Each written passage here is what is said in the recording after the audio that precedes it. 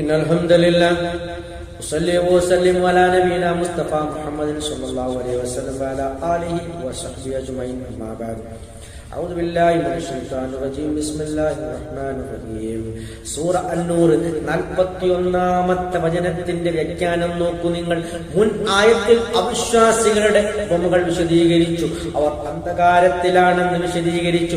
ശേഷം അല്ലാഹു പറയുകയാണ്, അലം തറ, നബിയെ താങ്കൾ നോക്കുന്നില്ലേ, അല്ലെങ്കിൽ കാണുന്നില്ലേ, അന്നല്ലാഹു, നിശ്ചയം അല്ലാഹുവാണെന്ന്, യുസബ്ബിഹു ലഹു, അവനെ പ്രകീർത്തിക്കുന്നു, തസ്ബീഹ് ചെയ്യുന്നു, മൻ ഫിസ് സമാവാതി വൽ അർദ്, ആകാശങ്ങളിലുള്ളവരും അതുപോലെ ഭൂമിയിലുള്ളവരും അവനെ പ്രകീർത്തിക്കുകയാണ്. വത്തൈർ, പക്ഷികളും പ്രകീർത്തിക്കുന്നു, സ്വാഫാത്തിൻ, അണിയണിയായിക്കൊണ്ട് ആകാശത്തിൽ കൂടി പറന്നു പോകുന്ന പറവകളും അവനെ പ്രകീർത്തിക്കുകയാണ്, അവനെ തസ്ബീഹ് ചെയ്യുകയാണ് എന്നാണ് അല്ലാഹു സുബ്ഹാനഹു വ തആല വിശദീകരിക്കുന്നത്.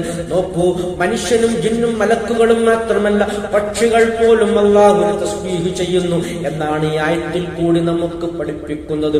കുല്ലുന്നത് മുഴുവനും ഖദ് അലിമ സലാത്തുഹു, അവരുടെ പ്രാർത്ഥന നമസ്കാരം അതവർ അറിയുന്നു എന്നാണ്. വതസ്ബീഹു, അതിന്റെ പ്രകീർത്തനങ്ങളും അവരറിയുന്നു എന്നാണ് അല്ലാഹു സുബ്ഹാനഹു വ തആല നമുക്ക് വിശദീകരിച്ചു തരുന്നത്. അതൊക്കെയും അവർക്കറിയാം, ഏത് രൂപത്തിലാണ് നിർവഹിക്കേണ്ടത് എന്ന് അവർക്കറിയാമെന്നാണ് അല്ലാഹു സുബ്ഹാനഹു വ തആല നമ്മെ ബോധ്യപ്പെടുത്തുന്നത്.